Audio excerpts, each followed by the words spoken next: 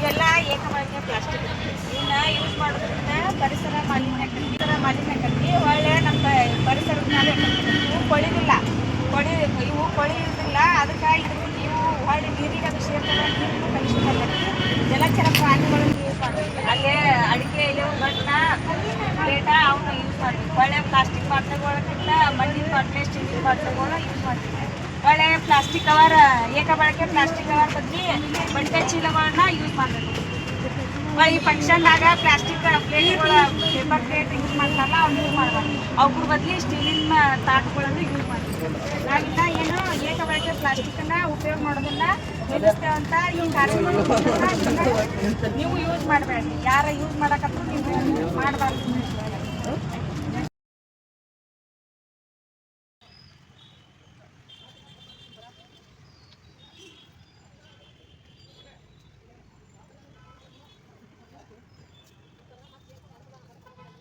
Dustbin ಒಳಗೆ separate ಹಸಿ ಕಸ, ಒಣ ಕಸ ಮತ್ತು ಹಾನಿಕಾರಕ ಕಸ ಅಂತೇಳಿ ಸಪ್ರೇಟ್ ಶೇಖರಣೆನೂ ಮಾಡಬೇಕು. ಹೊಳ್ಳಿ ನಗರಸಭೆಯಿಂದ ಬರುವ ವಾಹನಗಳಿಗೆ ಕಸವನ್ನು ನೀಡಿ ನಿಮ್ಮ ಮನೆಯನ್ನು ಸ್ವಚ್ಛವಾಗಿ ತಗೋಬೇಕು, ನಿಮ್ಮ ನಗರವನ್ನು ಸ್ವಚ್ಛವಾಗಿ ತಗೋಬೇಕು. ನಿಮ್ಮ ಬೀದಿಗಳನ್ನು ಸಹ ಸ್ವಚ್ಛವಾಗಿ ಕಸ ಘನತ್ಯಾಜ್ಯ ವಿಲೇವಾರಿ ಹೆಂಗೆ ಮಾಡ್ತಾರೆ. ಮೊದಲು ನಿಮ್ಮ ಮನೆ ಬಾಗಿಲಿಗೆ ಗಾಡಿಗಳು ಬರ್ತಾರೆ ನೋಡಿರಿ, ಅಲ್ಲೇ ಅವರು ಪೌರ ಕಾರ್ಮಿಕರು ಇರ್ತಾರೆ ಕಸ ತಗೊಳಕ. ಇದು ಅವರು ಪೌರ ಕಾರ್ಮಿಕರು ಕಸ ನಿಮ್ಮ ಪ್ರತಿ ಮನೆಯಿಂದ ಕಸ ತಗೋತಾರೋ. ಒಳ್ಳೆ ನೀವು ಕೊಟ್ಟಂಥ ಕಸವನ್ನು ಅಲ್ಲಿ TRS ಅಂತೇಳಿ ಒಂದು TRS ಒಳಗೆ ಡಂಪಿಂಗ್ ಮಾಡ್ತಾರೆ, ದೊಡ್ಡ ಗಾಡಿ.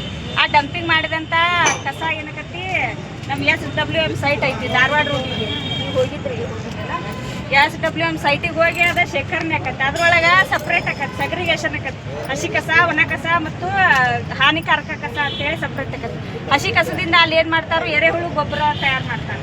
ಎರೆಹುಳು ಗೊಬ್ಬರ ತಯಾರು ಮಾಡಿ ಅದನ್ನು ಮಾರಾಟನೂ ಮಾಡ್ತಾರೆ. ಊರಾಗ ನೀವು ನಿಮ್ಮ ಕೈ ತೋಟ ಇರ್ತಲ್ಲ ಅವಕ್ಕೂ ಹಾಕೋಬೋದು. ಹೊಲ ಇದ್ರೆ ಅವಕ್ಕೂ ಇಲ್ಲಿ ನಗರಸಭೆಯಿಂದ ಕೊಡ್ತಾರಲ್ಲ ಅದನ್ನ ಗೊಬ್ಬರ ತಗೊಂಡ ನಿಮ್ಮ ತೋಟಗಳಿಗೂ ಹಾಕೋಬೋದು. ನಿಮ್ಮ ಮನ್ಯಾಗ ಪಾಲಕರಿಗೆ ಅದು ಹೇಳ್ತೀವಿ. ನಗರಸಭೆದೊಳಗೆ ಎರೆಹುಳು ಗೊಬ್ಬರ ಮಾಡ್ತಾರು, ಅದು ಸಾವಯವ ಗೊಬ್ಬರನೂ ಮಾಡ್ತಾರು. ಅದು ಭೂಮಿಗೆ ಹಾನಿಕಾರಕ ಅಲ್ಲ, ಭೂಮಿಗೆ ಸತ್ವ ಕೊಡ್ತೈತಿ. ಒಳ್ಳೆ ಭೂಮಿ ಫಲವತ್ತತೆಯನ್ನು ಹೆಚ್ಚು ಮಾಡ್ತೈತಿ.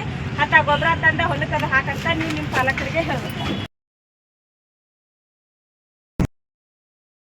ಹಿಂಗಿರ್ತೈತಿ. ಆಮೇಲೆ 10 ದಿವಸಕ್ಕೆ ಈ ಥರ ಆಕೈತಿ. ಆಮೇಲೆ ಅದು 20 ದಿವಸಕ್ಕೆ ಈ ಥರ ಆಕೈತಿ. ಆಮೇಲೆ ಇದನ್ನ ಎರೆಹುಳ ಬಿಡ್ಬೇಕು ಇದ್ರಾಗ. ಎರೆಹುಳ ಇವನ್ ಬಿಡ್ಬೇಕು. ಬಿಟ್ಟಿಂದ 45 ದಿವಸಕ್ಕೆ ಈ ಥರ ಗೊಬ್ಬರ ಆಕೈತದ. 45 ದಿವಸ ಆದ ದಿವಸ ಇನ್ನು 5 ರೂಪಾಯಿ ಕಿಲೋದಂಗೆ ಕೊಡ್ತಾರೆ ನಮ್ಮ ಆಫೀಸಿಂದ. ನೋಡಿಂದ ಗೊಬ್ಬರವಾಗುತ್ತೆ.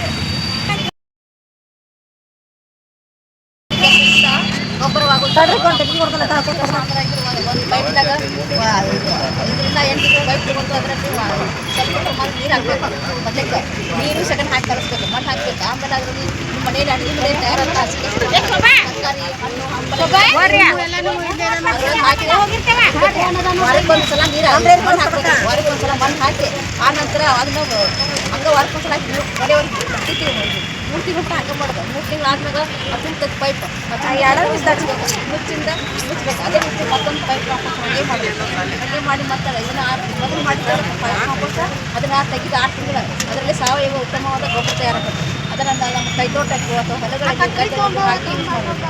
ಹಸಿ ಕಸದಿಂದ ಏನು ವೇಸ್ಟ್ ಆಗ್ತದೆ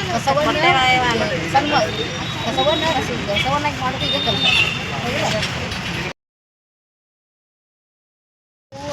ಪೇಪರ್ ಇರ್ತಾವಲ್ಲ ಅವರಿಂದ ಆರ್ಟ್ ಅಂದ್ರೆ ಕಲೆ ಒಂದು ಏನೋ ಅವಳನ್ನ ಇದ್ರಲ್ಲಿ ಮಾಡಿದ್ದು ಕಾಣಿಸ್ತಿದೆ.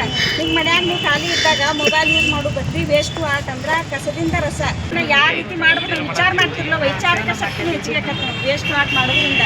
ಮೊಬೈಲ್ ಯೂಸ್ ಮಾಡಬೇಡ್ರಿ, ಇಂಥ ವೇಸ್ಟ್ ಆರ್ಟ್ ಅದು ಮಾಡಿ ನಿಮ್ಮ ಮನ್ಯಾಗ ಹಾಕೋದು. ಎಲ್ಲ ರೀತಿಯ ವೇಸ್ಟ್ ಪದಾರ್ಥವನ್ನು ಯಾವ ರೀತಿ ನಾವು ಉಪಯೋಗಿಸ್ಬೋದು, ಒಂದು ಐಸ್ ಕ್ರೀಮ್ ಕಡ್ಡಿಯಿಂದ ಹಿಡ್ಕೊಂಡು ಎಳ್ನೀರವರೆಗೆ ನಾವು ಯಾವ ರೀತಿ ಅದನ್ನು ಮತ್ತೆ ಮರು ಬಳಕೆ ಮಾಡ್ಬೋದು ಅಥವಾ ಶೋಕೇಸ್ ಪೀಸನ್ನು ಮಾಡಿ ನಾವು ಸ್ವಚ್ಛತೆಯನ್ನು ಕಾಪಾಡ್ಬೋದು ಅನ್ನುವಂಥವನ್ನು ಎಲ್ಲ ರೀತಿಯ ವೇಸ್ಟ್ ಪದಾರ್ಥವನ್ನು ಯಾವ ರೀತಿ ನಾವು ಉಪಯೋಗಿಸ್ಬೋದು, ಒಂದು ಐಸ್ ಕ್ರೀಮ್ ಕಡ್ಡಿಯಿಂದ ಹಿಡ್ಕೊಂಡು ಎಳ್ನೀರವರೆಗೆ ನಾವು ಯಾವ ರೀತಿ ಅದನ್ನು ಮತ್ತೆ ಮರು ಬಳಕೆ ಮಾಡ್ಬೋದು ಅಥವಾ ಶೋಕೇಸ್ ಪೀಸನ್ನು ಮಾಡಿ ನಾವು ಸ್ವಚ್ಛತೆಯನ್ನು ಕಾಪಾಡಬಹುದು ಅನ್ನುವಂಥವನ್ನ ನೆರವೇರಿಸಿದ್ದಾರೆ. ಪೂರ್ವಕವಾಗಿ ಅಭಿನಂದನೆ ಸಲ್ಲಿಸಲಿಕ್ಕೆ ಇಚ್ಛಿಸ್ತೇನೆ. ಇದೇ ರೀತಿಯಾಗಿ ಎಲ್ಲರೂ ಬರೀ ಇದು ಸಿಬ್ಬಂದಿಗೆ ಮಾತ್ರ ಅಳವಡಿಸುವುದಿಲ್ಲ, ನಮ್ಮ ನಗರದಲ್ಲಿ ವಾಸಿಸುತ್ತಿರುವ ಎಲ್ಲ ಜನರಿಗೆ ಇದೊಂದು ಸೂಚನೆ. ನಮ್ಮ ಮನೆ ಮುಂದಾಗಿರ್ಬೋದು, ಆಜುಬಾಜು ಆಗಿರ್ಬೋದು, ವೇಸ್ಟ್ ಪದಾರ್ಥನನ್ನು ಒಂದು ಹಸಿ ವೇಸ್ಟ್ ಆಗಿರ್ಬೋದು, ಒಣ ವೇಸ್ಟ್ ಆಗಿರ್ಬೋದು, ಅದನ್ನು ಬೇರೆ ಬೇರೆ ಮಾಡಿ ಒಂದು ಜಾಗದಲ್ಲಿ ಅದನ್ನು ಅಥವಾ ಉಪಯೋಗಿಸ್ಕೊಂಡು ಅದನ್ನು ಸ್ವಚ್ಛ ಇಳಿದ್ರ ಜೊತೆಗೆ ನಗರವನ್ನು ಸ್ವಚ್ಛವನ್ನು ಮಾಡುವ ಎಲ್ಲ ಪ್ರತಿಯೊಬ್ಬ ಪ್ರಜೆಗೆ ಒಂದು ಸಂಬಂಧಪಟ್ಟಿರುತ್ತದೆ. ಅದಕ್ಕಾಗಿ ಎಲ್ಲರೂ ಹೇಳ್ತಾರೆ ಮುನ್ಸಿಪಾಲ್ಟಿಯವರು ಯಾರು ಸ್ವಚ್ಛ ಮಾಡ್ತಾ ಇಲ್ಲ, ಕ್ಲೀನ್ ಮಾಡಕ್ಕೆ ಬರ್ತಾ ಇಲ್ಲ ಅಂತ ಪ್ರತಿಯೊಬ್ಬರು ಕಂಪ್ಲೇಂಟ್ ಮಾಡೋ ಜೊತೆಗೆ ತಮ್ಮ ಒಂದು ಜವಾಬ್ದಾರಿಯನ್ನು ಅರಿತು ನಾವು ಮೊದಲಿಗೆ ನಮ್ಮ ಅಂಗಳವನ್ನು ಸ್ವಚ್ಛ ಇಟ್ಟುಕೊಂಡು ಎಲ್ಲರಿಗೆ ಸಹಕರಿಸಬೇಕು ಅಂತ ಈ ಸಂದರ್ಭದಲ್ಲಿ ನಾನು ವಿನಂತಿಯನ್ನು ಮಾಡಿ, ಬಹಳ ವಿಶೇಷವಾದ ಕಾರ್ಯಕ್ರಮ ತಾವೆಲ್ಲರೂ ಮಾಡಿದ್ದೀರಿ. ಈ ಒಂದು ಕಾರ್ಯಕ್ರಮಕ್ಕೆ ಕರೆಸಿ ಮಾತಾಡೋ ಅವಕಾಶ ಕೊಟ್ಟಂಥ ಸರ್ವರಿಗೂ ನನ್ನ ಅಭಿನಂದನೆ ಹಾಗೂ